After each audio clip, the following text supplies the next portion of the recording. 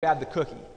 You could grab the cookie from some other website, possibly get either the session number, some other information about what things they're doing on the website, all sorts of different data. That's just an illustration of using cross-site scripting to grab a cookie. Now let's do some other types of cross-site scripting. Let's see what else we can do. Sometimes the cookie's not going to have any really useful information in it. I mean, if they implement sessions properly, having the session key may or may not actually do you any good. So let's try a password con. Essentially, you insert some JavaScript that tries to get the user to send you more data. And this is kind of a social engineering attack of sorts. Since John is a miscreant, I'm going to have him, on his blog, insert this script. This script, all it does is prompt for a username and password. And once again, it throws it to my handy-dandy catch.php. Like I said, catch.php is a super simple script. I'm going to cancel these because John's not going to actually want to use it. And I'm going to log out and log back in as someone else. Well, let's log in as Ed and his password. I named this one after Ed Scotus. Okay, we're in Ed's account. Well, Ed's buddy with John, so let's have Ed say, I want to check out what's on John's blog.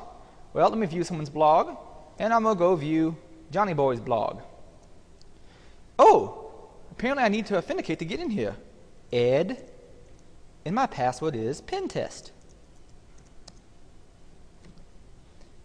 Okay, well, there's his blog. That's not very interesting. Let's go see what we caught.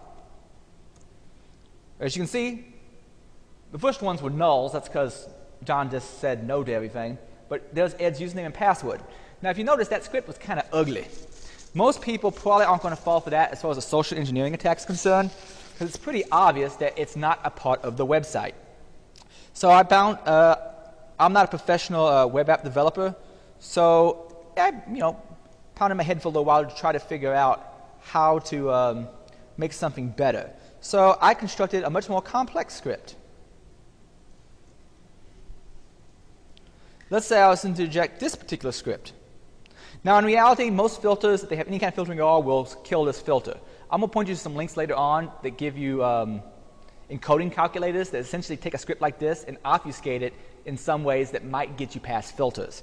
But Mutillidae is meant to just illustrate the basics, so I'm going to insert this incredibly ugly script. Essentially what this script does is it creates another div tag that floats on top of everything else and prompts for a username and password. And you'll see when I actually use it, it looks a lot better. So Ed's an even bigger miscreant than John. So Ed decides to go ahead and put this on his blog. Username and password. Well, let's assume I logged out as Ed and logged in as Adrian. Someone goes to view Ed's blog and this pops up. What do I need to do with this? Well, Adrian comes along and tries to log in.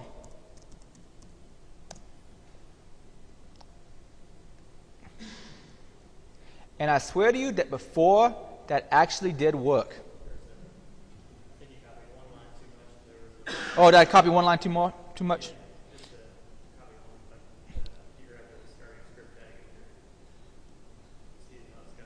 Oh, yes, you're correct, sir. Thank you. Let me try that one more time. Let me go ahead and go back here. Oh, another feature of this is I'm not actually connected to the internet right now, but if I click on A1, it would actually take me to the OWASP website that talks about cross-site scripting. I'm going to go back, add to Ed's blog, hopefully the entire script this time. And when that's submitted, Adrian, some password, it disappears, and I can see Ed's blog, so I think I logged in. In reality, what I just did was got hit by a cross-site scripting attack that socially engineered the person to enter their username and password and then sent it on to the attacker's website. And I'm going to toggle hints again because for some reason hints is showing and I don't want it to. All right, that's a simple cookie stealing. But what else can we do with this? Well, you can install, let's say you have a certain size limit on how much you can put in. A guy named Snake runs a website, hackers.org, and amongst other things he has on that site is a really good cross-site scripting cheat sheet. And one of the things he lists on there is, if you got to get within a certain amount of space, you can use an external JavaScript by just including it this way. Depending on how the website's set up, that may or may not work. There's also a tool out there called Beef, Browser Exploitation. I'm trying to remember the exact acronym, but Browser Exploitation Framework, if I'm not mistaken. The way Beef works is you basically inject this bit of code, then you get a console on another browser where you see the zombies that you have, and you can use the script that's already running in their browser to make it do things for you. But Beef's a little more complicated. I might show that in a future class. Now, so far I've just showed cross-site scripting using forms, but there's other ways you can insert cross-site scripting. For example, you can insert it via a user agent string. How many people here are familiar with user agent strings? Cool. Whenever you submit something to a website, amongst the other data it sends in the headers is what browser agent you're using, like if you're using Firefox or Internet Explorer. Well, people might do a good job of filtering whatever's coming in on the forms, but not necessarily what's coming in on the headers. Now, what I'm going to do is I'm going to use user agent switcher, and I'm going to inject something slightly different than what I have in there currently, because I just realized since I'm not connected to the internet, that particular attack won't work. So instead, I think I'm going to, well, let's go with the super simple case of just popping up XSS. All right, there's a couple different ways I could do this. What I'm going to do is I have a tool called User Agent Switcher. And you see I have an XSS test. I can use this for switching my user agent to look like I'm coming from an Internet Explorer 7 client, or a bunch of different ones. You can also set it to be the Googlebot, because some people set up their websites to where they let Googlebot to everything, but everybody else has to log in. So sometimes you can bypass certain login restrictions by setting yourself to Googlebot. All right, I'm going to edit this user agent, XSS test, because what I had before was this particular script. This script is a simple redirector. Let's say you wanted to get all the traffic from a certain website to you. You could just have a simple window.location equals irongeek.com and have it, as soon as they hit that page, they automatically come to your page. Also, when I'm talking about cross-site scripting, you could also, suppose, insert your own ads into someone else's page to get money from clicks. But in this case, I'm just going to go into my user agent string and insert that. Now I'm going to go back into user agent switcher and go to XSS test. And the first thing I'm going to do is I'm going to go to browser info.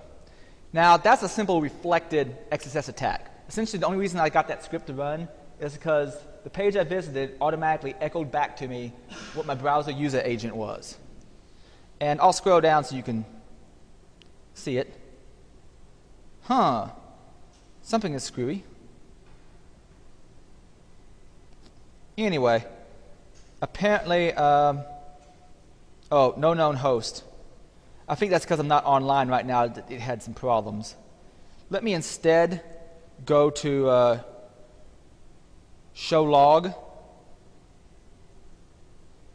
And it's not showing up there either. Pardon me for a minute while I go back and actually see what I just did. I think I may have not did that properly.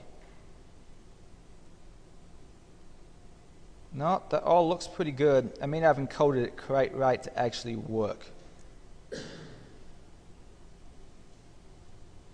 All right, instead of doing it this way, what I'm going to do is I'm going to use Tamper data. Tamper data is another tool. What Tamper data allows you to do is anything before you send it to a website, you can modify headers and other information about it. So I'm going to start Tamper data and say start Tamper. And I'm going ahead and go to browser info. Well, I want to tamper with the request I'm about to make. And here I see all the different header information. One of them is user agent. I'm going to go into user agent and insert my little XSS script. And